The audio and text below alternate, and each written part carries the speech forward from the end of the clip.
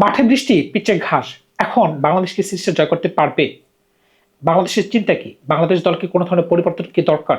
সাকলাইনকে আমরা অনেকেই দেখতে চাই যে কিনা পেস বোলিং অলরাউন্ডার, যেখানে পেস বোলিং অলরাউন্ডারকে সারা বিশ্বে বলা হচ্ছে সোনার হরিণ।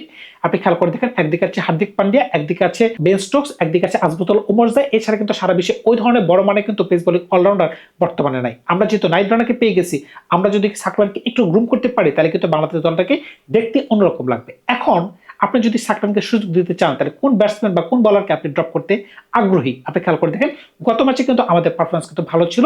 শুধুমাত্র একটা জায়গায় আমাদের সমস্যা রয়েছে, সেটা হচ্ছে ওপেনিং পেয়ার, মানে ওপেনিং ব্যাটসম্যান। আমাদের দলে 4 থেকে 5 জন ওপেনিং ব্যাটসম্যান রয়েছে, কিন্তু আমাদের সমস্যা কিন্তু ওপেনিং এ। কিন্তু মিডল অর্ডার কিন্তু আমাদের দুর্দান্ত পারফরমেন্স করে গেছে, বিশেষ করে তহিদ হৃদয়। এখন তিনি কি নিজের ইচ্ছা ভালো খেলতে পারছেন, নাকি নিউজিল্যান্ড থেকে বাধ্য করছে যে তুমি ভালো খেলো? এটা কিন্তু আমাদেরকে মাথায় রাখতে হবে।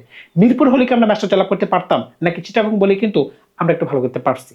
খেয়াল করে দেখবেন, আমাদের রান যখন 10/77 রান ছিল, আমাদের উইকেট তখন 3টা পড়ে গিয়েছিল। যদি একটা উইকেট আমাদের পড়ে যেত, আমরা কিন্তু খাদের কিনারে পড়ে যেতাম। কারণটা কি? পরে কিন্তু ওই ধরনের ব্যাটসম্যান নাই, শুধুমাত্র শেখ মেহেদী ছিল। পরের 10 ওভারে যেখানে আমাদের 110 রানের মতো প্রয়োজন ছিল, আমরা কিন্তু দুর্দান্ত খেলতে পেরেছিলাম। কি কারণে?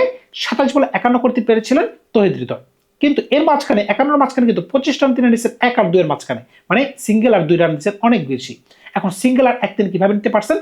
থার্ড সার্কেলের মাঝখানে কোনো প্লেয়ারের ছিল না, নিউজিল্যান্ড তাকে খুব ইজি সিঙ্গেল বের করতে দিয়েছে। বিশেষ করে মিড অন, এমনকি মিড উইকেটে তিনি এতগুলো সিঙ্গেল বের করছেন বলার বাইরে।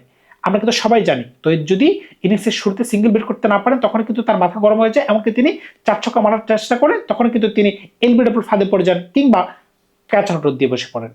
তবে মজার একটা বিষয় ছিল, তিনি কয়েকটা সুইপ শট মারতে পারছেন, যেগুলো দেখতে খুবই সুন্দর ছিল, এমনকি তার বিগ শটগুলো ডাউন দ্য গ্রাউন্ডে এগুলো কিন্তু দৃষ্টিনন্দন ছিল। এখন শামীম পাটোয়ারি কি বলবেন ভাই? তিনি নাকি ভাত খান বলেই তার নাকি এত শক্তি। তিনি গত ম্যাচে যে একটা নো লুক শট খেলছেন, সবাই দেখি খুব প্রশংসা করতেছেন। তবে ক্রিকেটে এই ধরনের শটের কোনো ভ্যালুই নেই। আপনি একদিন মারতে পারবেন, পরের দিন টপ এজ লেগে আপনি আউট হয়ে যেতে পারবেন। এটাকে নিয়ে এত বাবাদর কিছুই নেই। ক্রিকেট ল কি বলে, এই ধরনের শট থেকে আপনি দূরে থাকুন। তবে টি-20 ফরম্যাটে আপনি যেভাবে রান করতে পারেন না কেন, সেটা কিন্তু দলের জন্য মঙ্গলকারী।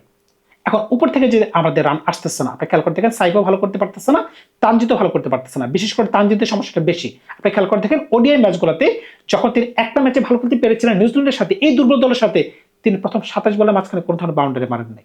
27টা বল তাকে টুকটুক করতে হয়েছে প্রথম বাউন্ডারির জন্য। এরপরে যখন তিনি করতে পারছেন, তিনি 70 উপর একটা রান করতে পারছেন একটা ম্যাচে। বাকি 2টা ম্যাচে তিনি ফ্লপ, একটা ম্যাচে 0, একটা ম্যাচে 2।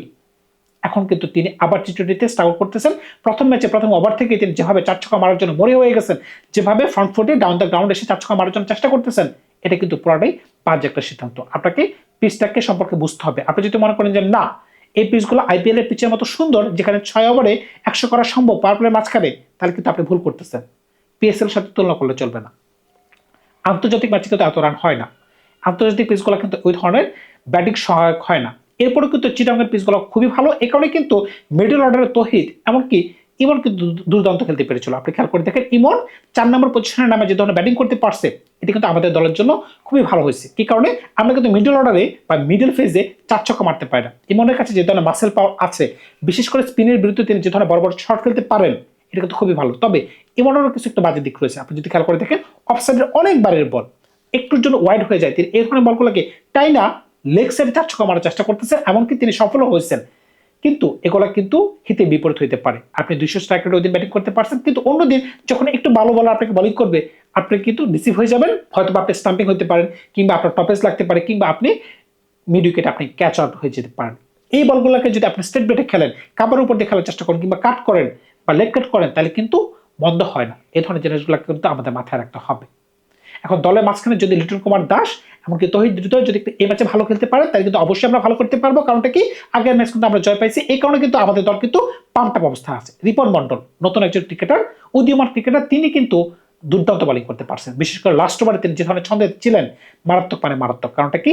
যেখানে আমাদের দলে মোস্তাফিজুর রহমান নাই, এর পরিবর্তে যখন আপনি লাস্ট ওভারটা করতেছেন, আমার দেখে ভালো লাগতেছে কি তিনি ইয়র্কারের উপর ইয়র্কার করতে পারছেন। কিন্তু শুরুর 2 একটা ওভার কিন্তু তিনি ওই ধরনের ছন্দে ছিলেন না, তিনি ইয়র্কার দেওয়ার চেষ্টা করছেন, হাফ বলি বল দিচ্ছেন। আমরা কিন্তু দেখতে পাইছি নিউজিল্যান্ডের ব্যাটসম্যান কিন্তু তাকে 4 ছক্কা মারছে।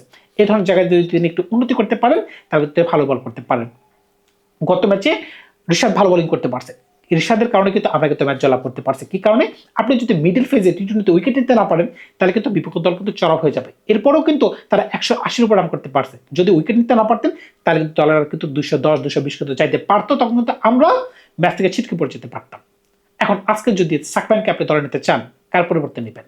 কারণটা কি? সাকলানকে নিতে গেলে আপনাকে অলরাউন্ডার বসাতে হবে। অলরাউন্ডার যদি বসাতে যান তাহলে শেখ মেহেদী, কিন্তু শেখ মেহেদী গত ম্যাচে যে ধরনের বোলিং করতে পারছেন তার ইকোনমি সবচেয়ে ভালো। আপনি যতগুলো বলার দেখবেন 5 জন বলার নিয়ে আমরা মাঠে নামছি, 5 জনের মাঝখানে তার ইকোনমি সবচেয়ে ভালো। তাহলে কি তাকে বসানো যাবে? তাকে আপনি পেস বলার একজনকে বসাই দিবেন? আপনি কি তানজিদ সাকিবকে বসাই দিবেন, নাকি শরীফুলকে বসাই দিবেন, নাকি রিপন মন্ডলকে বসাই দিবেন? অনেক জটিল একটা প্রশ্ন হয়ে যাচ্ছে। তবে সকলেই কিন্তু আমরা দেখতে চাই যে সাকলান কোন ধরনের ক্রিকেট খেলা আমাদেরকে উপহার দিতে পারেন, কিংবা বাংলাদেশকে তিনি অদূর ভবিষ্যতে কোন ধরনের সার্ভিস দিতে পারেন।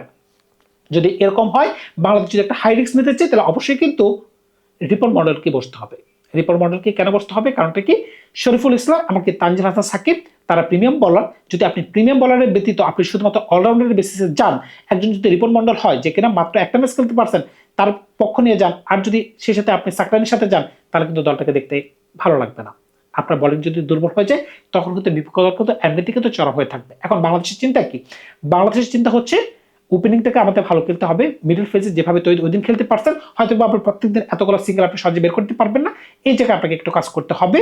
তবে ইমনকে আমি বলতে চাই ব্যক্তিগতভাবে, আপনি লেগ স্টেপের বলগুলো আপনি লেগ স্টেপে খেলেন, অফ স্টেপের বলগুলো আপনি অফ স্টেপে খেলেন। তবে টি-টোয়েন্টিতে কোনো রুলস চলে না। আপনি যেভাবে রান করতে পারেন শামীম পাটোয়ারির মতো আপনি নো লুক শট মারেন, আর যেভাবে মারেন আপনাকে রান করতে হবে। দিন শেষে রান খুব প্রয়োজন, দিন শেষে উইকেট খুব প্রয়োজন, দিন শেষে জয়টা আরো বেশি প্রয়োজন। আপনি যেভাবেই খেলেন না কেন, আপনি ক্রিকেটের সৌন্দর্য বলে কিছুই নেই। দিন শেষে আপনি রান করতে পারতেছেন না কিনা এটাই হচ্ছে বড় কথা। আপনি খেয়াল করে দেখেন, স্টিভ স্মিথ বিশ্বের নামী দামি ব্যাটসম্যানের মাঝখানে তিনি 1 নাম্বার টেস্টে।